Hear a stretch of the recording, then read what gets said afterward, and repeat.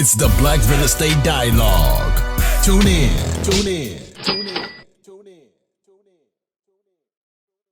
Hi, everyone. Welcome to another episode of the Black Real Estate Dialogue podcast. Here with me, I have Donovan Adesoro out of Houston. Donovan, thank you so much for joining the show. Appreciate it. Thank you, sir. Appreciate it. I'm honored to be here. Definitely. And before we go any further into the episode, definitely make sure you subscribe. If you're on YouTube, if you're on Apple Podcasts, any of the audio outlets, leave us a 5-star rating, leave us a review, leave us a comment. I definitely will give you a shout out. If you do, leave a 5-star rating review. So I look forward to hearing from you. So Donovan, again, very excited for this interview. And I would love to talk about how you got into real estate development. The reason I want to start there is because you're 26 years old. And this is not something you usually hear from a 26-year-old. You might hear somebody is house hacking at that age or doing something else, but you're in real estate development. So talk to us about how you got into real estate development. Absolutely. Yeah. So I got started when I was 24 now. So it's been about 2 years when the idea kind of first came to me. And so it's 2022 now. So it was basically during COVID when the whole idea came about. I was working my engineering job and they sent us home. And so I had all this extra free time. So I was trying to figure out ways to make money. And, if anyone's a Bigger Pockets listener, they're all about burr. So I'm like, all right, I guess I got to find a flip or a burr. And, as I was doing the numbers on those, I was like, okay, you may spend 20, 30 grand and hope to make 10 grand. I'm like, those margins are super tight for me, hiring a general contractor. And so from there, I was like, it's got to make more sense to build, because what I was noticing was that the rehabbed properties would sell not too far under the new builds. And so to me, it made more sense to just go the new build route, because I know it almost sells itself, right? Like I don't really have to compete with the flip. You're just competing with other new builds. So yeah, it's kind of got started. It made more sense than flips at the time. Got it. So what was your first step? So it sounds like you discovered, all right, flips, the margins, the cash flow. The margins and the profits and this stuff are not adequate for what I'm looking for. And then you're like, all right, let me just build the whole thing from the ground up. Like, I think that's a pretty bold statement. And so I would love to hear, like, what did you do next? Like, what did that look like? Yeah, now looking back, I think it is probably a little crazy, because it's been tough and ran into some challenges. But at the time, again, when you're naive and young and dumb, you don't know any better. You don't know how hard it's going to be. You just be like, oh, they're doing it down the street. Like, I don't see why I can't do it. So the first step for me was figuring out, okay, well, how much profit can I actually make? In theory, it made sense in my head, but I didn't know the actual granular numbers. So the first step was to figure out, what is the land going to cost? And that's pretty simple. I just went on Zillow. Okay, what is stuff selling for? At the time, the area I was looking at, stuff was selling for like 40, 50 grand. Okay, so I got that number down. The land's 40, 50 grand. And then the toughest part was figuring out what it's actually going to cost to build. And so obviously that's tough, because general contractors, builders, they don't really want to talk to you until you have a project like ready to go. They don't really want to deal with hypotheticals, right? They want a project now they can work on. So but after talking to a bunch of them, you can kind of get a gauge for what the cost was going to be. And so that was really key. And the way I did that was talking through people, basically contractors on real estate Facebook groups. So Houston Real Estate Investor Group or whatever. And then from there, it was to figure out what was it selling for, which is also pretty straightforward, because you just look on Zillow. Okay, it was listed at 300. It's probably going to sell somewhere around 300, maybe 290, whatever. So that was the next step, was to piece together the total cost and what I could actually make. Got it. So it sounds like the next step was, how much is land? How much does it cost to build? How much could you make? And the follow-up question I have is, were you looking just anywhere? Were there certain areas of Houston that you started your search in? And if it was a certain area, why that area? Yeah, so I started in the area where I actually bought my duplex to house hack. So that's how I got into real estate, buying a duplex to house hack. And so in that area, it was one of the few places that I saw where new construction duplexes were selling for under 300 grand. This was in 2020, which again, not selling for that anymore. They're like 400 now, but at the time it was basically the most affordable. So I said, okay, because I think when you're a developer, you got to have an idea of who your end buyer is. Same thing with the flipper, I guess. Who's actually going to buy this thing when you're done with it. And so for me, my ideal buyer was someone like myself, maybe coming out of college, maybe someone a couple of years down, into their first job, want to get a duplex. So for me, it was more about keeping that affordable price point. So that's why I focused on in Houston. It's called Medical Center South. That's what they rebranded it as. But people who are from Houston are like, dude, that's the hood. But again, I lived here. It's not that bad. So long story short, I wanted something affordable. I wanted to be 15, 20 minutes from downtown. So that was still accessible for people with jobs and, just I guess a desirable place in terms of location, like geographically, right? If you're from Houston, we have a lot of sprawl, right? So you could be an hour outside of Houston, out of downtown Houston, and they'll still call it Houston. So my thing was being somewhat close to city center, affordable, and then non-flood. So those were kind of my three main criteria at the time. Love it, love it. And we're still in the beginning.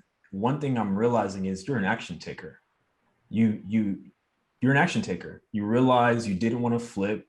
You're like, there must be another way. Let me just build it from the ground up. You didn't hesitate. You didn't think too much about it, it seems. And you just started to figure out the different steps. So the location, what the cost is, just kind of setting the groundwork. And I think there's a lot people can take from that for any real estate endeavor you have. Sometimes you just have to go off your instinct and do the research after and figure out how to get to the goal. But if you wait, if you delay, you probably won't do anything. Or by the time you get up and want to do it, it's going to be too late. So I think it's great that, you started the process once you had the thought. No, I appreciate that. And yeah, that's a great point. If I was waiting until I knew everything, I would still be waiting, right? I mean, there's no substitute for taking action and kind of figuring out as you go. Obviously, you want to know a little bit what you're doing. So like, again, making sure the numbers work. And that's my big thing for people who want to get in development, is because there's so many unknowns, make sure you got a pretty solid profit margin, so that, again, I knew I was going to make mistakes. I knew there's go over budget, whatever. Because I had that profit margin, I was like, okay, there's enough here to where when I inevitably mess up, we're still going to be okay and make money. Definitely. So, sound like you did some research, you found out, some baseline information. So how did you find and fund that first lot or piece of land where you wanted to develop on? Yeah. So man, that first one was such a grind. So once I had all the pieces put together in terms of like the prices, so I had the land, I had the construction cost, I had, what it's going to sell for, I had what I wanted to build. I put it all together in a presentation, kind of same way you do in high school or in college, throw it in Google Slides. I don't think I could afford PowerPoint at the time. So I had it all together. I was like, okay, I got to find someone who has the money, because I don't have the money to buy the land or the money to find, even put the down payment. So it was challenging, because I went to just about everybody I knew who I thought had money, whether it be coworkers, people, other investors that I knew, and pretty much all of them are like, it sounds good, but like, catch me on the next one, right? They didn't want to be the guinea pig, understandably so. And so I was reaching out to all these different people on real estate Facebook groups. Bigger Pockets Facebook group was one of them. Another one was like some apartment investing Facebook group. And just basically, again, this is like not what you're supposed to do, sending out investor presentations. Like, I don't think that's allowed. But at the time, right, again, I didn't know anything, right? You don't know any better. So, but as I was going through these Facebook groups, I would particularly look for people who were investing or interested in investing out of state, because that told me they were okay with not having eyes on their property all the time. And so I knew that was like a starter for them potentially wanting to invest with me, because now they got someone boots on the ground. It can make them feel a little bit better about out of state investing, rather than, so if they're in California and they buy a property in Kansas City, they're just hoping the property manager is just taking care of it. Whereas in my case, they got someone, me, boots on the ground, that they're texting, calling, can talk to.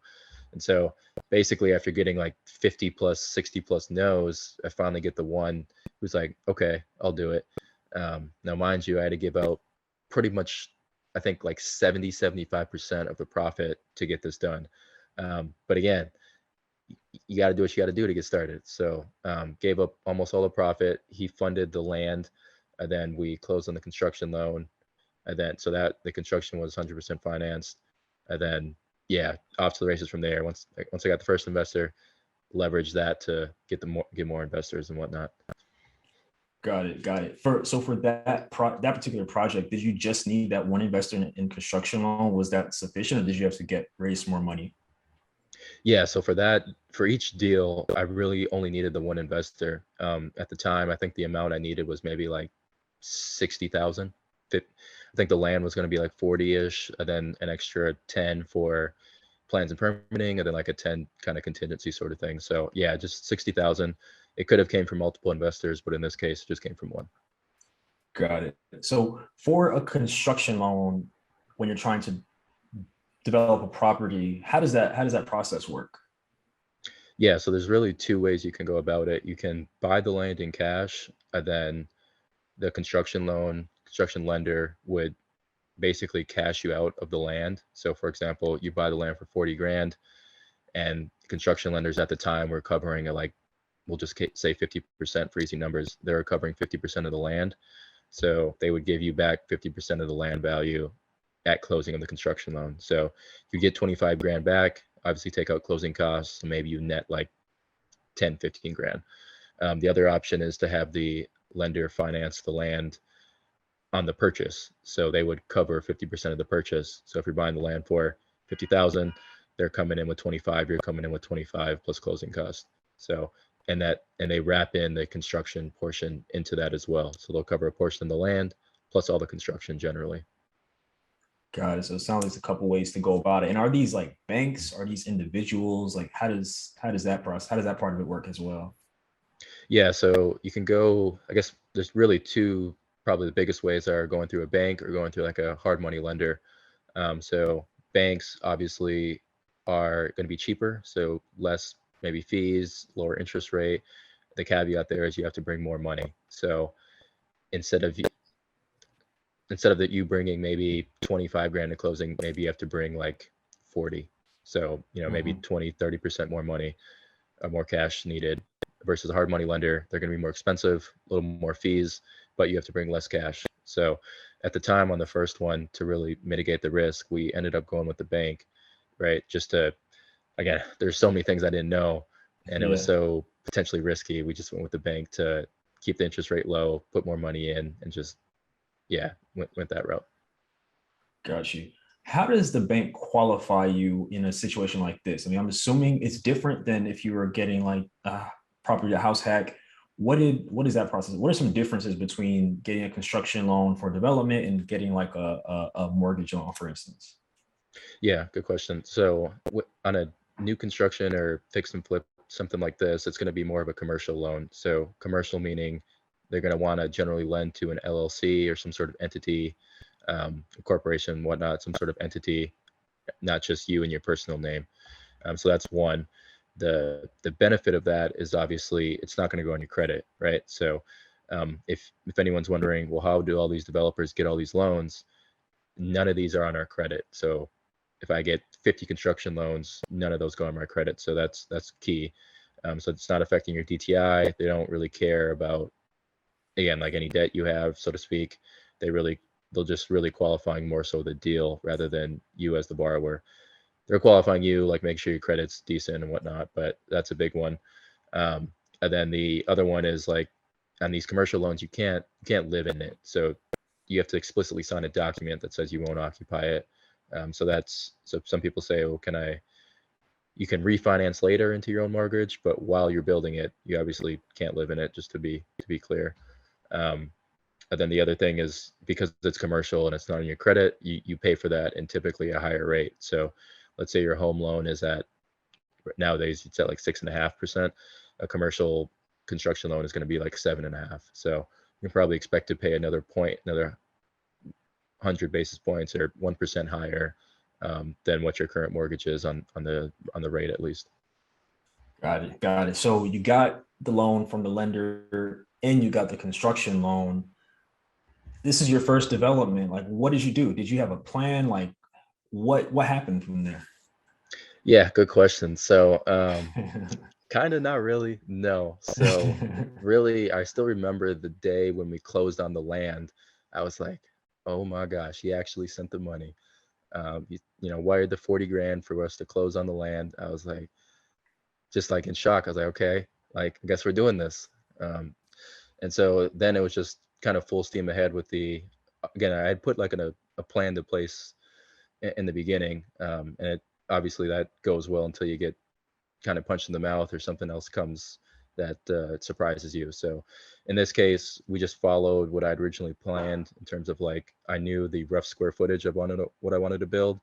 So we bought the land. I sent the survey kind of closing docs to the architect, and that way he can work on fitting the duplex or whatever structure you want to build onto the land. And then from there, he'll send it to you saying, hey, everything looks good. I'm like, yep, looks good. Go ahead and submit it to the city. So it was nice to be able to outsource some of those things, because if I were to do it again, me trying to figure it out is just kind of a waste of time. So outsource that, the plans and permitting. And then while we're waiting on that, we're kind of arranging the financing, because in our case, we had bought the land in cash. So we didn't close on the loan until we actually had the permits approved. So basically bought the land cash, sent it to the architect. He put the structure on it, make sure it fits and whatnot, sent it to us for review. We sign off on it, and then he submits it to the city. And then once we're about to get the permits, that's pretty much when we close on the construction loan. So that was the next step from there. And then it was kind of letting the GC know, getting the GC contract in place, making sure, again, at the time, I just pretty much really found one off of Google. Don't do that. Like, just spend the money and actually get a real contract. I'll send someone a contract if you need it. So that wasn't good. But again, I was trying to save as much money as possible, because I was like, I don't know where I'm going to go wrong here. So I need to keep the profit margin. I was being super cheap on those first few. But yeah, so then once we close on the loan, then kind of hand the plans to the GC. You got the permits. Now it's kind of off to the races. Got it. So the architect like designs it, make sure the structure that he's designing can fit on the space that you have, and then then it's submitted to the city. What is the city looking for to approve the plans to build what the architect designed? Yeah, so the city, again, cities across America, I was going to say specific to Houston, but it's pretty much across America. They're looking to making sure you're adhering to the international building code. So one of the things you're looking for is, okay, do you have a window in each bedroom, right? If it's not you can't call it a bedroom if it doesn't have a window, which is called a egress, a way to get out of it, essentially. So like a bedroom needs to have a window, needs to have a closet, needs to be like a certain space. So they're looking for things like that, making sure you're meeting all the building requirements. They're looking to make sure you're not violating any, it could be some restriction, like making sure you didn't put the structure too far in front, right? So what's called a survey will tell you this. It's called a setback. It tells you when you can actually start your structure. So you might have a 25-foot setback, which means the first 25 feet from the front of the lot is your front yard, and you can't put the structure until there. You might have a 35-foot setback. So they're looking to make sure you adhere to the code. Houston's generally been pretty good about permitting times. Here it's about like, used to be about 4 months. Now it's getting more towards like 6 months on average. But I would say definitely check with your architect on what the rough estimate on permitting times is, because they can vary greatly. If you're in LA where you are, it's probably more like, I think I know a guy who was working on a single family new development. Took him like 2 years to get permits. So Sounds you about definitely right. want to, yeah.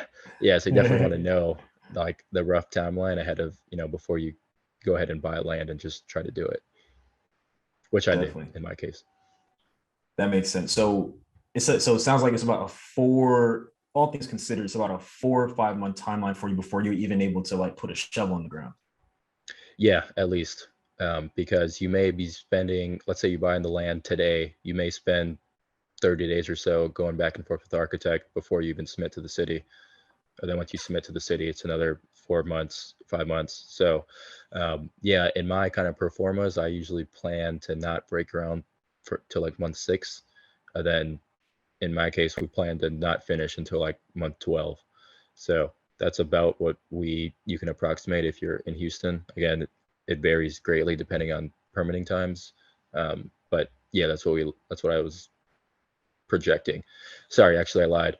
My first project, I think I projected like 9 months, and I was way off. It was more like 12, 13 Wow. months. So I was off there as well. Again, I budgeted, there's a lot of profit margin, so we were good, but just listing all the mistakes so that way your viewers can be like, yeah, don't be like Donovan.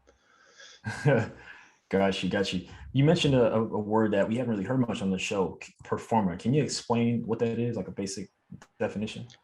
Yeah, performa just really means like, I guess, your general kind of business plan with maybe the numbers laid out. So performa is really just like a fancy word for really what are you going to do and what the numbers look like.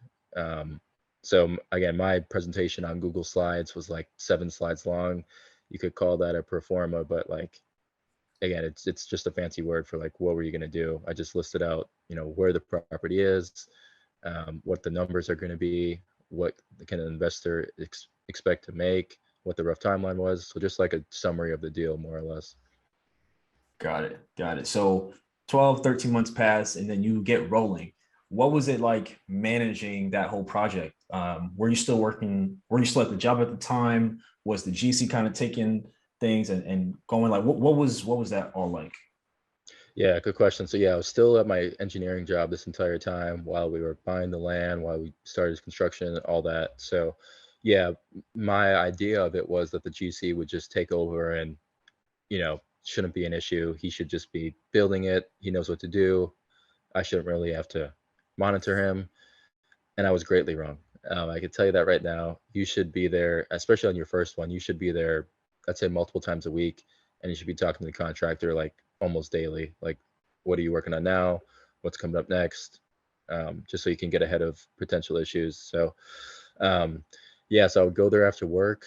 I would call him and just try to see how things are going. The problem for me was I would go there and I'd be like, okay, so we're working on cabinets, for example. When are they going to be in? Oh, they'll be in next week. And next week would come around. Oh, yeah, I think maybe another week or two. And it kind of dragged down like that, with the first contractor. And I say first contractor for a reason because there's some foreshadowing right there. You see where this is going. And Yeah. so a lot of things were getting, just kind of pushed to the back burner in terms of like timelines, like our original agreed upon timeline. And so essentially what was going on was that he had kind of took on some more profitable projects where he was basically spending all his time there instead of on mine, which again, like, he's not a terrible person in the world for doing it. Like, I get it, but obviously for me, you're not adhering to our agreement. So ultimately, I ended up having to fire the first contractor basically midway through, which was not a good look, right? My investors like, okay, this dude has no idea what he's doing.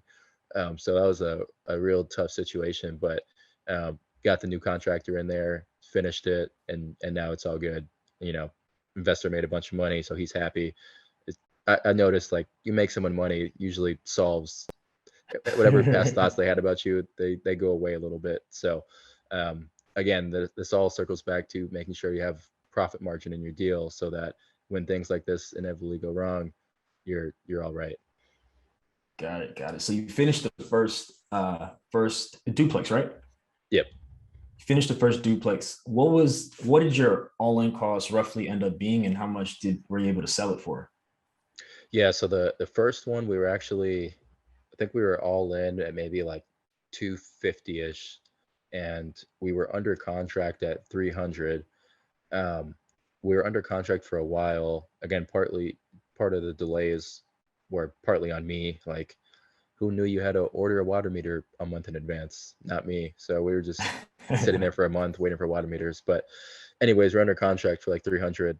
We ended up, by the time we finished the project and ready to sell, the buyer didn't have like his financing in order. We're like, dude, this property is worth like 320 at least now. So it's like it benefits you to make sure you have your kind of stuff in order to close on this thing. And he's like, oh no, give me like 2 weeks. And we're like, no, that's not fair to us. We've been waiting for, I mean, we let you know it's going to be like, you've had 2 months, like we were in a contract for 2 months. So he had plenty of time to kind of get his stuff in order, but he didn't. So we ended up refinancing the property, renting it out, ended up being great because we pulled out almost all the investors' money, and then we were cash flowing like 1,000 a month. So ended up being a really solid deal, but a lot of challenges for sure. Definitely, So yeah, we're all definitely. in. Go ahead. Oh, sorry. Definitely. So it sounds like you rented it out. Here's what I want to know. Like, how did it feel just after all the challenges you had to go through?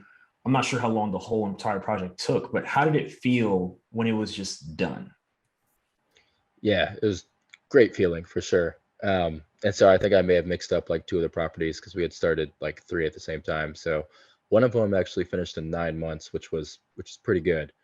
The second one ended up taking like 13, 14 months, which was not good. But the first one was, yeah, it was such a relief. I think the whole entire time I was half expecting in my mind for something to just like for it to just blow up out of nowhere.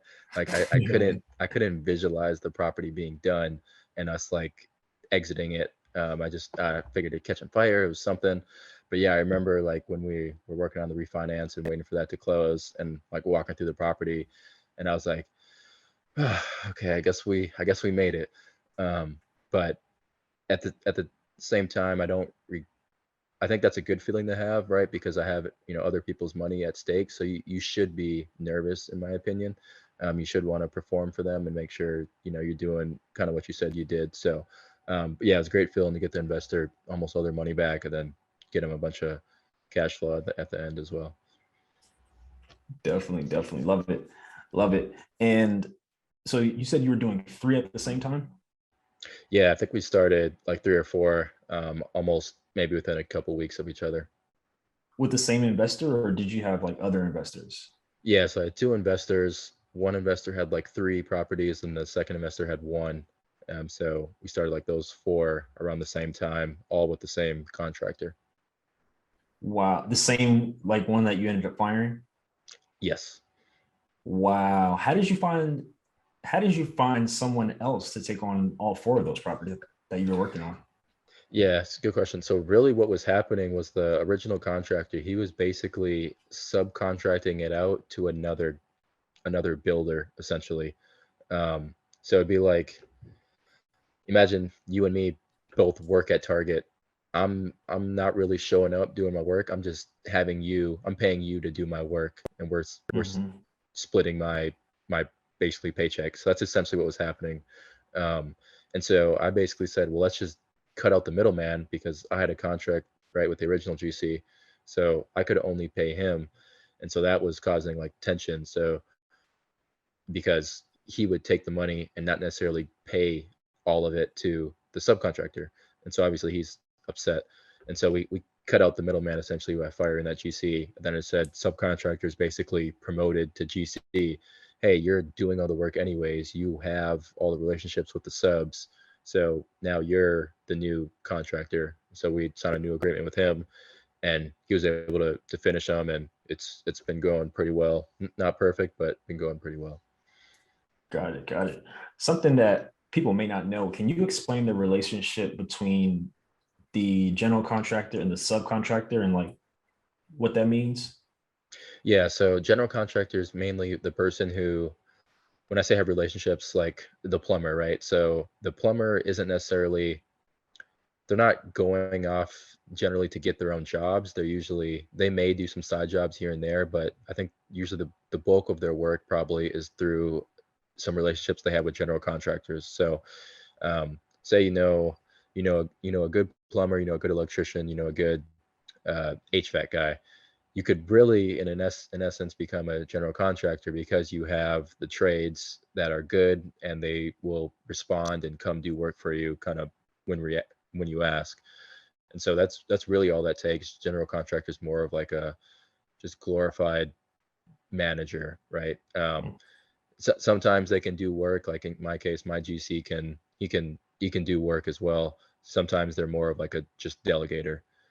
So yeah, it's important to make sure your contractor has, you know, some relationships with other, you can call them subcontractors or just other contractors in general who can do quality work, because anyone who's been in construction knows that you call one guy, probably some days he just won't show up for like a week, right? So you need to have ideally multiple kind of options you can choose from. Definitely. Definitely. So you were working on four properties at the same time. How many have you built to date? Yeah, to date we finished 8. We had started off with like 4 at Wow. the time, and then we started like another 4 or 5. So yeah, we finished 8 right now, and then we started like another 10 about like maybe last month or so. Wow. So you scaled up pretty quickly and you started 2 years ago, 2.5 years ago.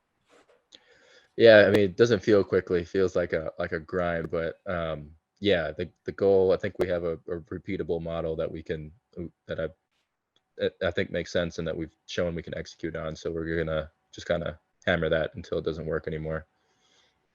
What is that secret sauce? What is it that you're able to replicate? Because I mean, you talked about some of the challenges you have with those first few, and you've done 8, and you have, I think you said another 10 in the pipeline. So what is it that's working, that's helping you to be able to repeat and to scale?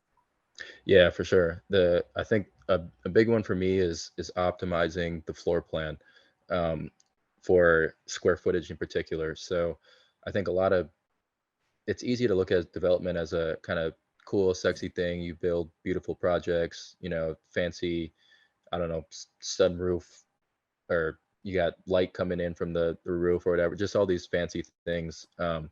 But the key that I think people need to understand is there's a difference between what people want and what people will pay for.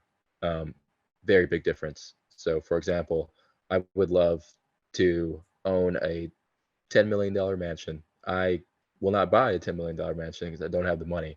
And so it's the same kind of concept or thinking with spec building, which is what we do. So it's a lot of people will say, yeah, I want a duplex that's, I don't know, 2,000 square feet each side. I want it to have 5 bedrooms and 3 bathrooms. It's like, okay, I can build that, but you understand that's going to cost you like $600,000. You're like, yeah, you know, it sounds good. And then you may build it, get all the way into the point where you're ready to sell. You'll, okay, hey buyer, ready to go? Oh, you know, I mean, see, my dog just got sick, so I don't think I can buy that right now. Just all these things where it's like, no, you won't get what you won't get maybe the return that you originally thought. So I guess being mindful of, again, what people will pay for and what they want. So I try to find, you know, kind of thread that needle of like, okay, so I will give you a 3 bedroom, 2 bath duplex, but I will not make it oversized so that you could fit, you know, 3 families and 2 dogs in there. It'll be just enough to fit uh, a mom, dad, or mom, whoever, and then 2 kids or 2 kid bedrooms or whatever. So it's optimizing for something else. And so in my case, I optimize for bedrooms by with minimizing the square footage. So kind of breaking it down to a science so that you're not just willy-nilly building stuff and with no idea of like who your end buyer is and what the market can actually support. So basically just go off data when you decide what to build and not like feelings. Got it. Got it. So what's your typical bed bath for each unit and square footage? Yeah, so we have basically 2 floor plans that we've mainly built so far. One of them is a 2 bedroom, 2 bath each side. It's about 1,800 square feet total, so 900 square feet each side. And then we have a 3 bedroom, 2 bath option, which is about like 1,150 each side. So I think it's like 2,300 square feet. So to give you and your viewers kind of an idea of like the disparity is like there's a 3,000 square foot duplex. It's 3 bedroom, 2 bath, and I have my duplex. It's 3 bedroom, 2 bath, but it's 2,300 square feet, so 700 square feet less, and we are getting the same rents. So we're getting the same rents at 700 less square feet, which in Houston, 700 square feet times, $100 per square foot build cost is 70 grand. So I can get the same rents as my competition, but I'm spending 70K less on building. So my returns will be higher and I'll have a lot more margin in the deal. So that's just a kind of more of an extreme example, but just an idea of like, can't just because you need 3 bedroom, 2 bath doesn't mean you have to make it that big. Got it. That makes sense. That makes sense. And so you mentioned that one of the first 4 you ended up refinancing and renting out. Is that the model that you do, like refinance, pay off the investors and rent it out? Is it a mix of doing that and also selling them? Like, what's the strategy? Yeah, it's a mix of both. So ideally, my goal would be to hold as many as possible. At the same time, especially now, right, with the higher interest rates, it's going to make it tougher to get the cash flow. We can still cash flow a little bit, but it may make sense to just exit some of these. The other thing too is I wanted to set some comps for what we're building, right?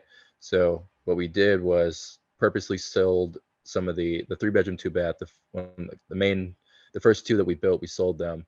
So now I've established a comp so that now when I refi, I say, hey, appraiser, we actually built that one right there. So just saying, if you're looking for a comp, we also built that one. So I already know what the appraisal is going to come in at because we already sold we are our own comps at this point because we're building such a small geographical area. So if we can hold them and still cash flow, my goal is to do that. But it's looking like right now we may just more sales, which is fine as well. Love it. Love it. Are these properties all in the same area? Like, did you end up buying, lots next to each other? Like, how is that worked out? Yeah, so the tough part about the area where we're buying in is that there's like different owners almost every lot. So it's really tough to get continuous lots because again, there's just so many different owners. Usually it's like the neighbor or the guy who owns the house also owns his lot next door. And it just goes on like that forever. So it's hard to get multiple lots because you're dealing with multiple sellers. So pretty much all of our lots have been separate, like scattered, but they've been scattered within the same zip code. So we're probably all within like a 2.5, all 20, 25 lots. Well, I guess like 2 of them are like outside of the zip code, but I'd say 20 plus lots are within like a 2 mile radius.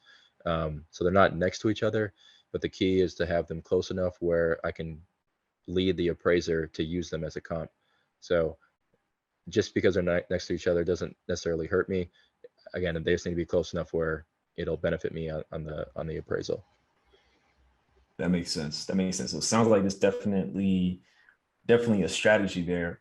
And so how does it feel to just be filling a need in the city? I know one of the things that I saw on your page, or one of the things, as a matter of fact, that you sent me in your bio actually, is that you realized that there was a shortage of duplexes in the city. So talk to us more about that. Yeah, so it's been awesome because it's filling a need for again people like myself. I think it's house hacking is honest. Again, you guys have had talked about this on your show, but yeah, probably the best way to get started if you're young, old, almost anyone, and especially if you're coming out of college or whatnot and got a good job. So it's nice to be able to provide future house hacks to someone who's gonna start their kind of financial journey to financial freedom. And then obviously the nice part too for them is that the property's under warranty, right? So it's like you don't really have to worry about stuff breaking or fixing stuff because okay, yeah, it's under warranty. Call Donovan, he'll send his contractor to come fix it. So that's been super cool to kind of witness, and looking forward to hopefully, providing some more house hacks to people. Definitely, definitely. I love it. I love it. What are some of the challenges you've had? What are some of the mistakes that you've made over the past couple of years? Yeah, challenges. I think everyone has the challenges with like contractors and whatnot. So I want to try to touch on some different challenges. So I guess some of the big ones, they're not actually big, but they're more of like a series of little ones. So within development, there's so many little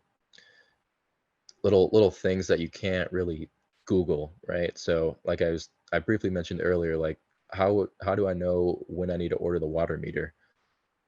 no idea, right? You can't really Google that. It's not something you can find out, or where do I get a water meter in Houston? Um, Again, you can talk to some people, and that's how you find out. But there's little things like that, and so I'd say um, that same thing kind of translates as well to like utilities. Where do you find, how do you get an electric meter? Who do you call for that? If you need, if you're having issues, could be a lot of things. So yeah, I mean, those are the big ones where I'm saying it's more of like these little things that you can't really, you just have to go through them to really know them. Um, but luckily, you kind of rely on your team. You ask around, be willing to look dumb. Sometimes you'll just call the city and just ask like, hey, how do I think I did this on my first one. I say, hey, like, how do I get an electric meter? I think I called the electric department and like, oh yeah, you do this and this. Yeah, Houston's been really good to like calling the permitting department, and generally I think whatever city you're in, it's really good to just call them and get a feel for stuff. So one of the ways that I realized that I couldn't build or not couldn't, but didn't want to build like a triplex or a fourplex, because people always ask me, why don't you build those? Because I called the city and asked like, what are the requirements? They're like, okay, well, if you do that, if you go over 2 units, you get into commercial building code, and so you're going to need a fire suppression system. You're going to need a turnaround, meaning you need to be able to turn around an emergency vehicle. And so there's all these different things that came up just by making a simple call to the permitting department, asking a question, is kind of listening. So yeah, those are some of the main challenges, but you just figure them out by being willing to look dumb. It's my specialty.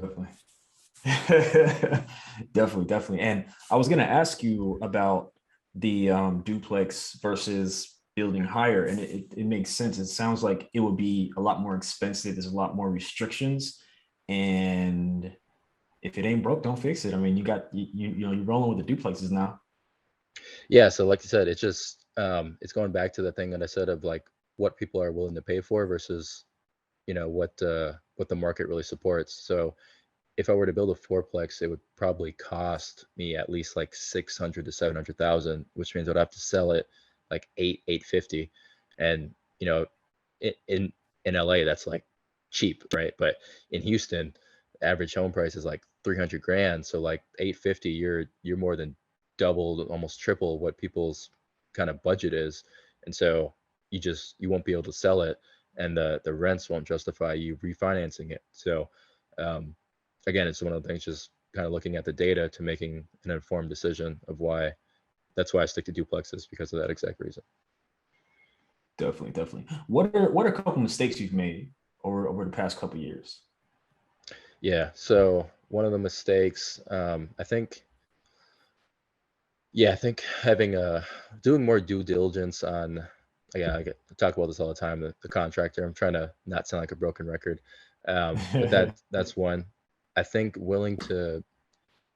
mistake is willing to bring in help, I would say, or willing to ask questions. I think sometimes I try a little too hard to just figure stuff out on my own, when really making a call to, say, my architect or another investor I know could have really simplified the answer, or at least got me to the answer quicker.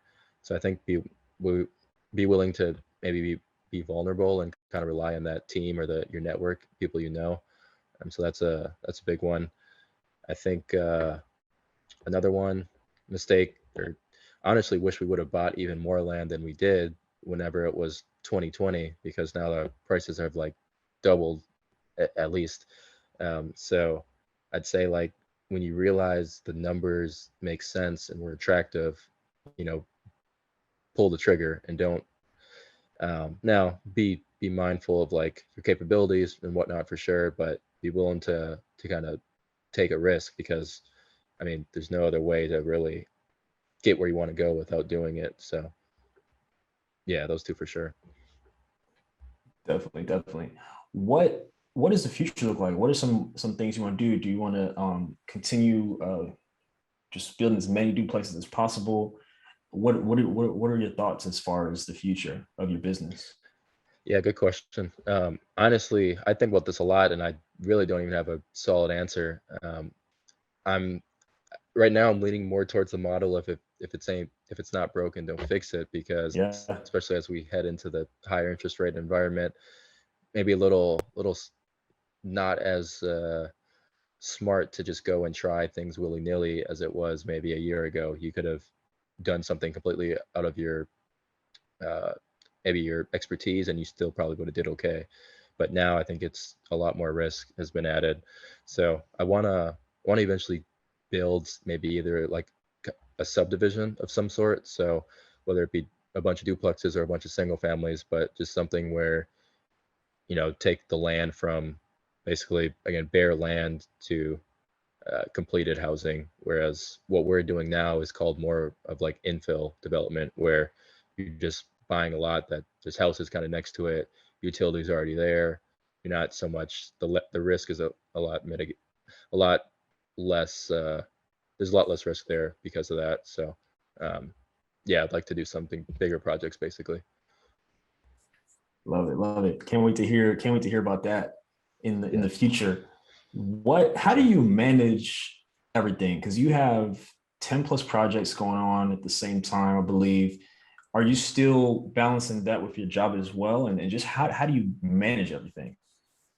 Yeah. So, yeah, I guess I neglected to say that I left my engineering job last, or basically January of this year, 2022, to work as a essentially hard money lender to provide fix and flip and new construction. So that's been my full-time job, since beginning of the year, and that's been nice because it's a sales role, and so it works pretty well because I'm basically looking for other people like myself who are doing new construction or doing fix and flips and who need financing. So that's been nice to not only grow my network, but also, again, it's my job, so it goes along with what I'm doing compared to, you know, finding how do I get oil out of the ground. It's not as relatable to my duplexes. So yeah, that's been helpful because I get to work remotely, so I get to still, manage stuff on the side. Like if I need to run quickly to the site or something, it's doable. The other thing too, where yeah, how I manage it, I don't know if I'm managing it well. I'm still figuring it out as I go. But luckily, all the developments are, again, like I said, within like a 2 mile radius, so I can hit them all in 30, 45 minutes, and so that's been super helpful. That I'm not traveling all over the city. And the other thing is just kind of trying to get systems in place. So, for example, one of the systems that I try to work on is the the kind of accounting bookkeeping of it. So, as you can imagine, with different investors, you different LLCs, you have different money flowing in and out of them from construction draws. You're paying your GC, okay, how much is left. So, just getting in a app like Wave, that lets you kind of import and automatically import transactions, and you can kind of assign a category to them. So, a lot of just hopefully little maybe technology hacks or technology options to solve some of those problems help save a lot of time. I had a virtual assistant at one point, Mhm. ended up just letting them go because I would need them for like a week or two, and then they wouldn't have anything to do for like 2 weeks. So I'm still trying to figure out what the right balance is for that. But yeah, for now, it's just, you know, working hard and figuring out as I go. Definitely, definitely. So one of the things as well that I noticed about you is that you are figuring things out as you go. You're jumping into stuff and finding the resources, questions, and asking questions and stuff like that. What would you say to somebody who wants to get into development? Is there anything you would tell them to do that's maybe different than what you've done?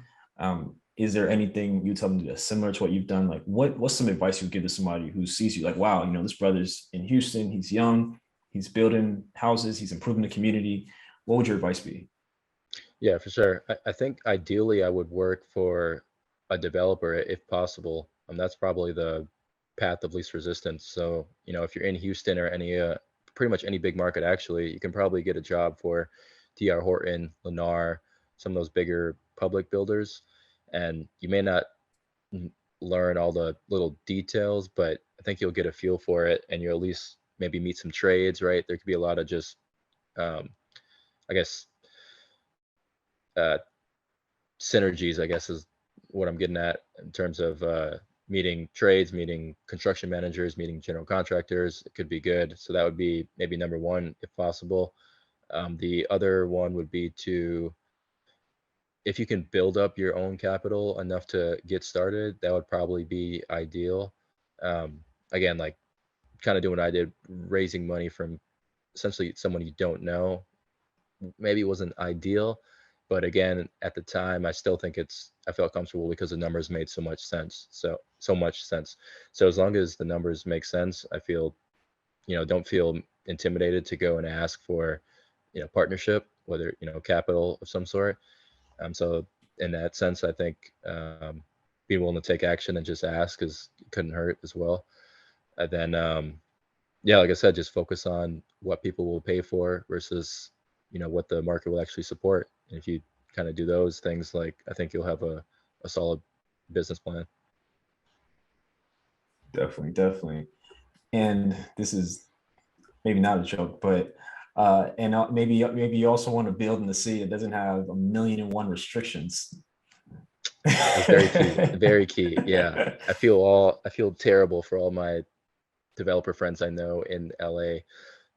Matter of fact, to give you guys an example, this is a much bigger deal, but I think a guy I met on Twitter. For those of you who aren't on Twitter, there's a huge real estate community on Twitter, and we had a conference where we met each other. He was working on like an 800 unit apartment building, and he's been working on it for 8 years, and he just got the approval to build. So now he still has to go and raise the financing and get the permitting. Like, he doesn't even have any plans, just got the, okay, you can build 800 units there. You still got to go through the architect and get the plans. That's going to take like another 6 to 9 months. So yeah, like, be kind of, I guess, cognizant of what jurisdiction you're in, and then what the timelines are, because that can, that can, it could be rough. He told his investors it was going to be 4, and it's been 8. So not ideal. Imagine having to convince people to stay down for 4 years. That's rough, but hopefully they're still in it. Yeah, he's experienced, so he's done well. Like, it made sense for him. But if you're starting out, like, you trying to do that, that's going to be a tough sell. Well, depending where you're at, if this is what you want to do, you might have to move. You might have to, or just invest out of state, right? Get someone like me who's boots on the ground. And I think that's what a lot of people kind of do. For example, my first investor is from New Jersey, so he's dealing with the same kind of jurisdiction where it's going to take years to get approval. In my case, it was quick. The numbers made sense. He was like, yeah, I'll just put the money behind it. So you can find people like that. You can be the both sides of it. You could be a person who wants to place capital, or a person who needs capital. Just kind of figure out where you fit in there. Love it. Man, this has been a really, really cool episode. I think it's just amazing how much you've been able to accomplish at a young age, and simply by just going for it. It took over a year to get the first one done and the first couple done, and now you have a number of deals in the pipeline, and when it's all said and done, you'll be at 20 or so duplexes built. And I think it's great because not only obviously you are profiting, your investors are profiting, you're also filling a need in the community. A lot of cities these days are getting more dense and they need more housing. So I think it's great that not only are you building houses, you're building duplexes. So like you said, people can house hack, or maybe have their family on the other side, or whatever the case may be. But I think it's a great thing. And I know this is just the beginning for you. So I can't wait to see, do the follow-up episode and see where you're at. But, I really appreciate you, Donovan, taking some time, sharing your story transparently. Definitely appreciate it, man. I appreciate you. So honored to be here. So looking forward to connecting with you down the road here. Definitely. Anything else you want to leave with the people? Also let them know as well where they can find you, where they can tap into everything you have going on. Yeah, so on Twitter, I'm at Donovan Builds. I try to get really in detail. Like, I share my numbers, I share everything, like, super in depth there. On Instagram, Donovan_651. Just kind of share some highlights and like some of my mistakes I go through. So definitely shoot me a DM on there if I can help out.